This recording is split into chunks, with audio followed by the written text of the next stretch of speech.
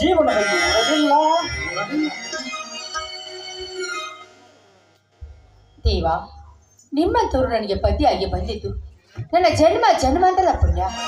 ನೀವಿರುವಾಗ ನನಗೆ ಬೆಳ್ಳಿ ಬಂಗಾರ ಬೇಡ ಮತ್ತು ರಕ್ತವೇ ಬೇಡ. ನೀವೇ ನನಗೆ ಸರ್ವಸ್ವ. ಈ ಬರಗಾಲದೊಳಗ ನಿನಗ ತಿನ್ನೋದಕ್ಕೂ ಕೊರತೆ ಇತ್ತಂತ. ಬಡತನ ಕೆಟ್ಟದ್ದು.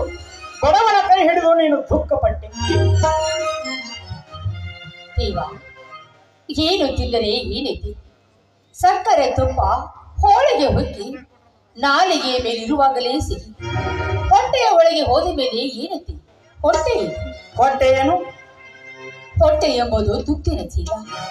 ಚೆಲ್ಲಿದನೆಲ್ಲವನ್ನು ಆ ಕಸದ ಮುಟ್ಟಿ ಚೆಲ್ಲಿದ ಎಲ್ಲವನ್ನು ತುಂಬಿಕೊಳ್ಳುತ್ತದೆಯೋ ಹಾಗೆ ಇದು ತಿಂದದೆಲ್ಲವನ್ನು ಒಳಗೊಳಗೆ ತುಂಬಿಕೊಳ್ಳುತ್ತದೆ.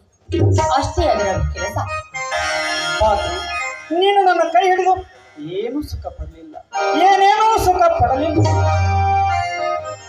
ದೊರೆ, ತೊಗಲ ಸುಖವೇ ಸುಖವಲ್ಲ, ನಾಲಿಗೆ ತೃಪ್ತಿಯೇ ತೃಪ್ತಿಯಲ್ಲ ಎಂದು ಗೊತ್ತದ ಆತ್ಮದ ಸುಖದ ಸವಿ ಉಳಿಸಿದ ನನ್ನ ಪುಣ್ಯಾತ್ಮನ ದೈವವೇ ನನಗೆ ಸ್ವರೂಪ ಅಂದಾಗ ಈ ತೃಪ್ತಿ